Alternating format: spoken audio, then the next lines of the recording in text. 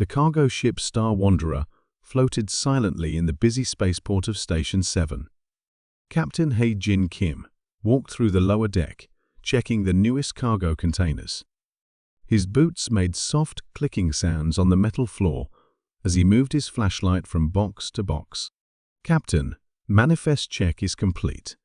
First Officer G1 Park's voice came through his earpiece. "But there's something odd about Container 47B." "Odd? How?" Hae-Jin asked, already changing direction toward that section. "The weight is off by about 30 kilos compared to the manifest. And there's a faint energy reading I can't explain." Hae-Jin reached the container in question. It looked normal enough for standard gray box used for shipping medical supplies. He pressed his hand against the scanner, and the door slid open with a soft hiss. At first, everything seemed fine. Boxes of medicine were stacked neatly inside. But then he heard a soft sound, like quiet breathing. "G1, he whispered into his comm. "Get down here. Bring a medical scanner." Hae-Jin moved deeper into the container, moving his flashlight slowly. Behind the last row of boxes, curled up in a tight ball, was something he'd never seen before. It looked like a child, but definitely not human. Its skin was a pale blue color that seemed to shimmer slightly in his flashlight beam. Where hair should be, there were delicate, fin-like structures that trembled with each breath. The creature was wearing what looked like torn pieces of a spacesuit, patched together poorly. G1 arrived a few minutes later, medical scanner in hand. She gasped when she saw the child. "Is it alive?" she whispered. Hae-Jin nodded. "Breathing at least." "Can you scan it?" G1 held up her scanner, moving it carefully over the small form. "Life signs are stable, but different from any species in our database. Temperature is much lower than human normal, but I think that's natural for them. No obvious injuries." The child suddenly moved, large eyes opening to reveal pupils that reflected light like a cat's. Instead of screaming or running, it pressed itself further into the corner, making itself as small as possible.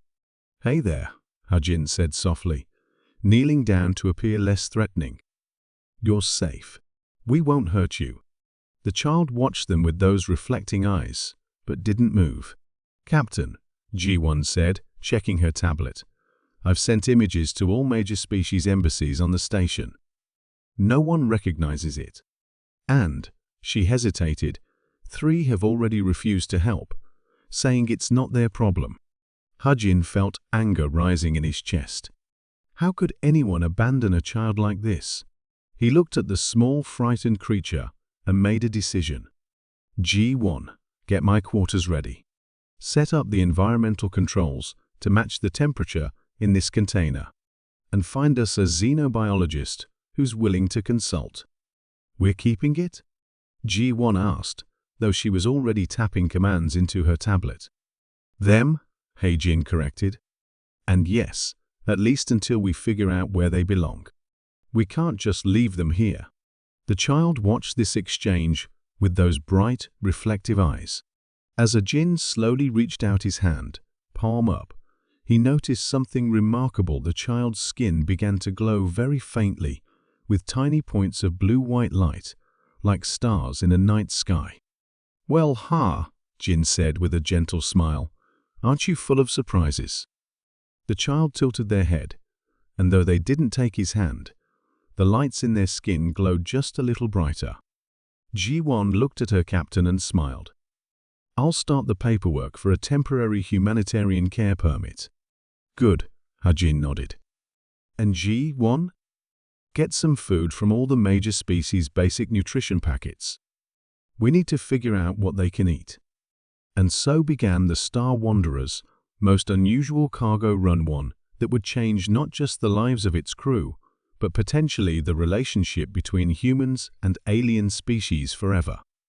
3 days had passed since they found the alien child. Hae-Jin stood in front of the station's Galactic Council office, trying to stay calm. This was the 7th meeting today, and his patience was wearing thin. "What do you mean, not your problem?" he asked the tall, gray-skinned alien behind the desk. "Just that, human captain," the alien replied. "This child is not of any known species in this sector. Therefore, we cannot help." Jin took a deep breath. They're just a child. Someone must know something. Back on the ship, G1 was having better luck with their small guest. She had discovered that the child liked sweet fruits and could eat most human vegetables. The mysterious little one still hadn't spoken, but the light patterns in their skin had become more complex. "Captain," G1 called as Jin returned to the ship.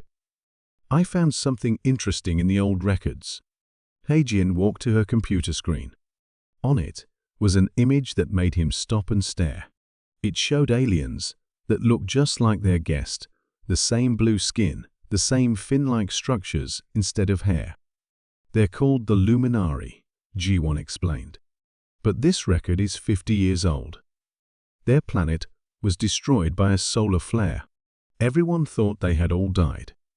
The child, who they'd started calling Little Blue, sat nearby, eating a piece of sweet melon. Their skin glowed softly with dots of light that seemed to dance. "So that's why nobody wants to help," Jin said quietly. "They think they're looking at a ghost." Just then, Jin's communication device buzzed. It was another rejection, this time from the Galactic Heritage Protection Office. They said they couldn't help because they had no proof the child was really a Luminari. "What are we going to do?" G1 asked, watching Little Blue create patterns of light under their skin. Jin watched the child too. In just 3 days, Little Blue had started to trust them.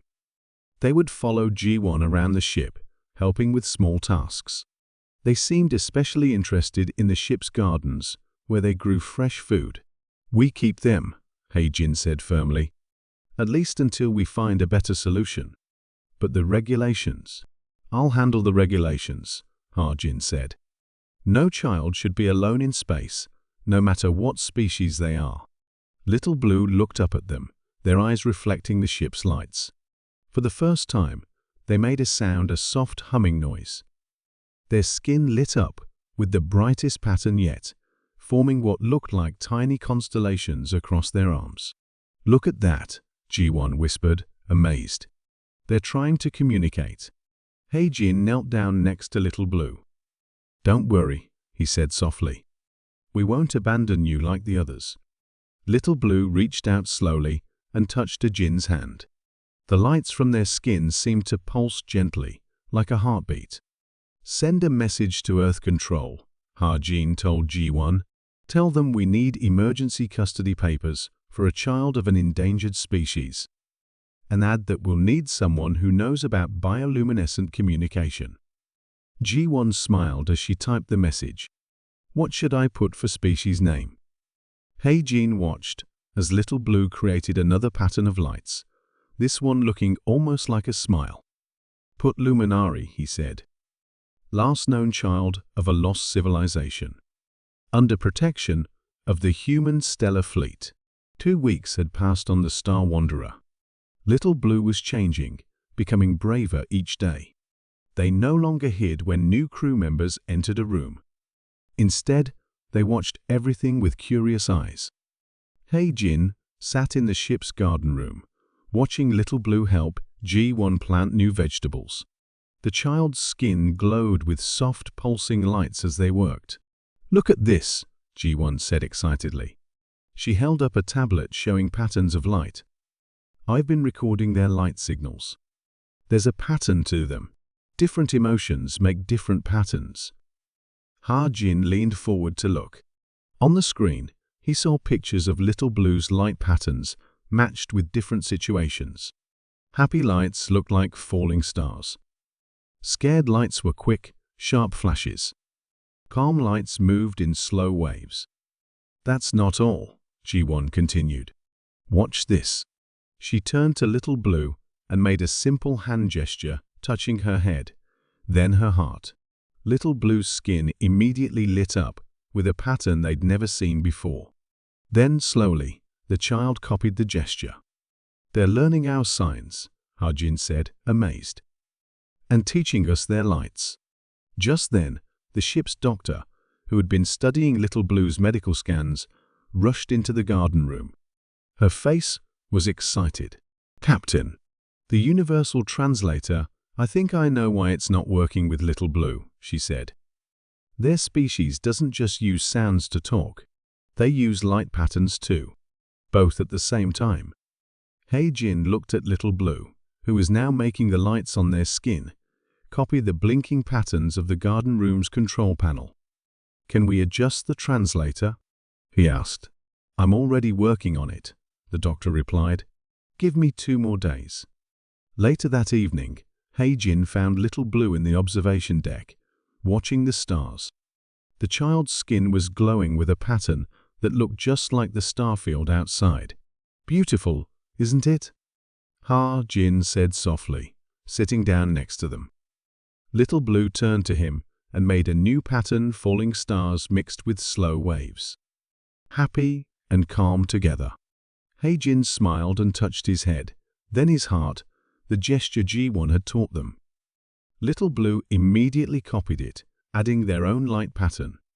2 days later, the doctor called everyone to the medical bay. She had modified a translator to read both sound and light patterns.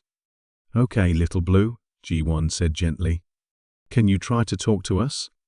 Little Blue looked at them all, then made a soft humming sound, while their skin created complex patterns of light. The translator crackled, then spoke in a clear voice. "Thank you for not leaving me alone." Ha-Jin felt tears in his eyes. Ji-won gasped softly. "You are the first ones who stayed," the translator continued, converting Little Blue's hums and lights into words. "The first ones who tried to understand." Ha-Jin knelt down to be at eye level with Little Blue. "We'll always try to understand," he said. "That's what humans do. We learn, we adapt, we help." Little Blue's skin lit up with the falling star pattern happiness. Through the translator came the words, "I know. That's why I chose your ship to hide in." Ji-won laughed in surprise. "You chose us?" Little Blue's skin glowed with a new pattern, one that looked like a sunrise. "Yes. I watched many ships. Yours was the only one where people smiled at each other, where they helped each other. I thought maybe you would help me too." Ha-Jin smiled. "You chose well, Little Blue. You chose very well." The peace on the Star Wanderer didn't last long. One morning, Ji-won found Little Blue lying on the floor of their room, their skin barely glowing at all. "Captain," she yelled into her communicator. "Medical emergency. Little Blue is sick." Ha-Jin ran to the room, his heart pounding. The ship's doctor arrived right after him. Little Blue's usually bright skin was now a dull gray blue, and their breathing was shallow. "What's wrong with them?" Ha-Jin asked as the doctor scanned Little Blue. "Their body temperature is dropping," the doctor said, frowning at her scanner. "And there's something wrong with their light-producing cells. They're failing." Through the translator, Little Blue managed to send a weak message. "The food. Not enough. Need light." "But we have lights everywhere on the ship," Ji-won said, worried. The doctor's eyes suddenly went wide. "Captain, remember the old records? The Luminary homeworld orbited a binary star system. They needed 2 different types of light to survive." Ha-Jin quickly called the bridge. "Change course. Get us to the nearest binary star system. Maximum speed." "But sir," his navigator replied, "that's 3 days off our route." "The shipping company." "I don't care about the shipping company," Ha-Jin shouted.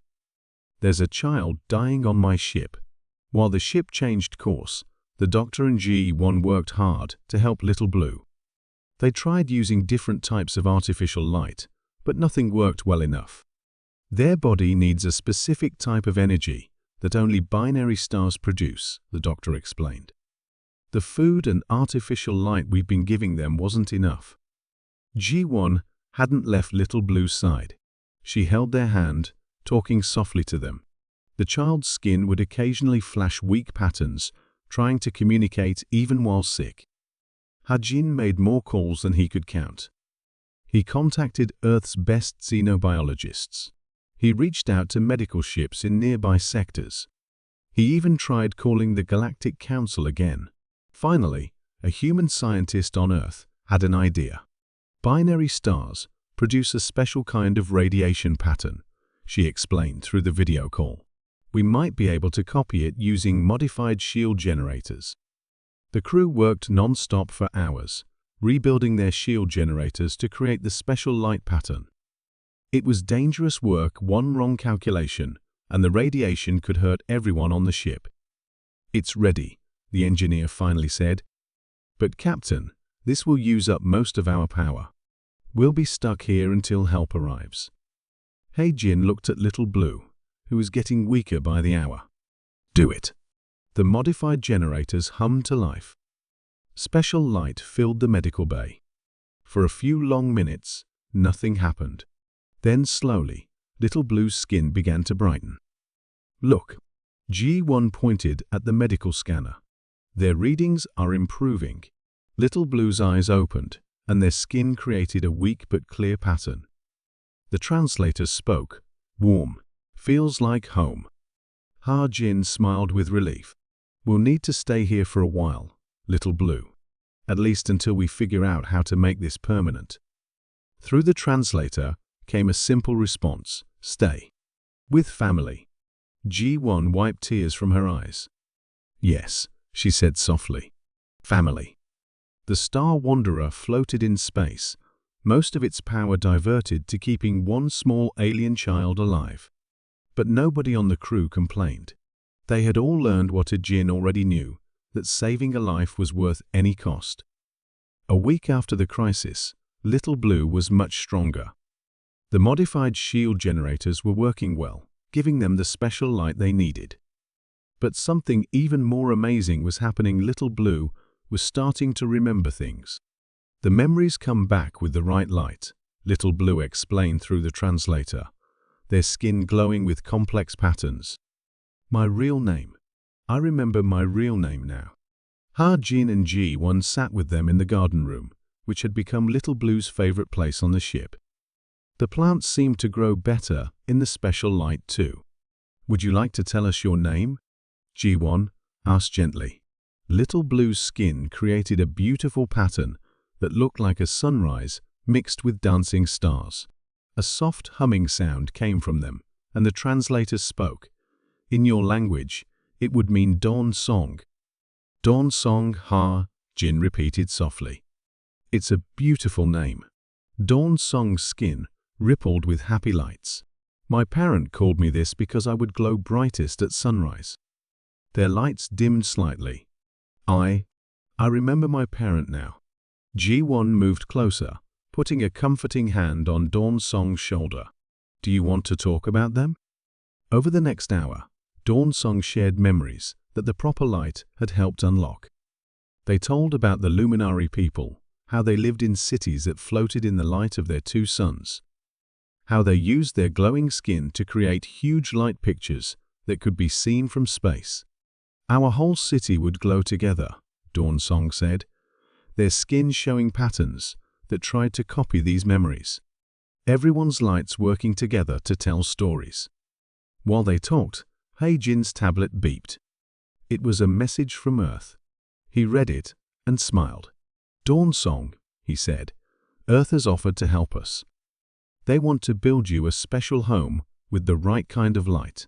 And," he paused, smiling bigger, "they want to learn all about your people. They want you to teach them your stories."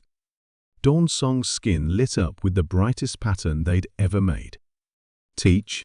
I can teach humans about my people." "Yes," G1 said. "You're the last one who knows these stories. Earth thinks that makes you very important." Dawn Song was quiet for a moment, their skin showing slow, thoughtful patterns.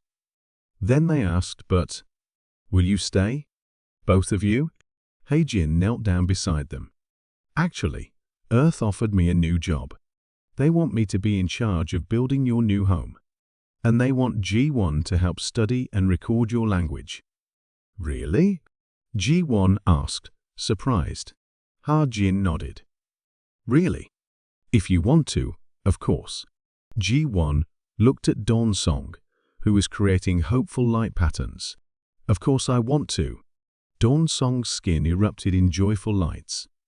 Through the translator came the words, "Then I can keep my new family and share my old family stories too." "Yes," Ha-Jin said, touching his head, then his heart the gesture that had come to mean so much to them all. "That's exactly what you can do." Dawn-song copied the gesture, adding their own light pattern to it. Then they said something that made both humans catch their breath.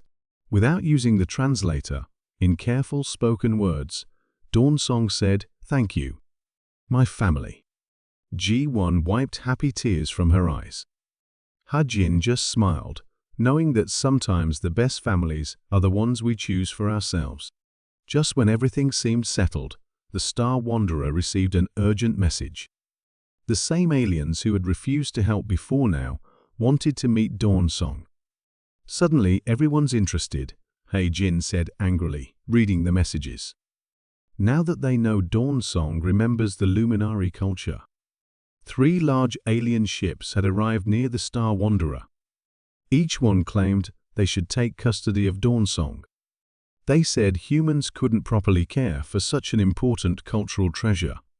"The child belongs with more advanced species," one alien ambassador said during a video call. "We can provide better care, better education." "Better than love?" G1 asked quietly, but the aliens ignored her. Dawn-song sat in the ship's meeting room, watching all this happen. Their skin showed worried patterns, flashing between fear and uncertainty. The alien ambassadors offered many things. One promised a huge library of space knowledge. Another offered advanced technology. The third said they would make Dawn-song the center of a new cultural museum. "What do you want, Dawn-song?" Ha-Jin asked, ignoring the angry looks from the alien ambassadors. "This is your choice to make." Dawn-song's skin rippled with thoughtful patterns. Then they stood up and walked to the front of the room. Without using the translator, they spoke in careful human words they had been practicing. "I want to tell you a story." Everyone in the room fell quiet. Dawn-song's skin began to glow, creating beautiful patterns while they spoke. "When I was alone, scared, many ships passed by. Big ships, advanced ships, ships with lots of space and technology. Their lights made patterns that looked like passing starships, but only humans." Dawn-song continued, their voice getting stronger. "Only humans looked at me and saw a child who needed help. Not a problem, not a treasure, just a child." The alien ambassadors shifted uncomfortably in their seats. "You offer libraries," Dawn-song said, their skin showing patterns of falling stars. "Humans offered hugs. You offer technology. Humans offered comfort. You offer to put me in a museum." Their skin flashed with bright, determined patterns. "Humans offer to make me part of a family." Ha-Jin and G1 watched proudly as Dawn-song turned to face the alien ambassadors directly. "I choose Earth," Dawn-song said firmly. "I choose my human family. But the cultural preservation." One ambassador sputtered.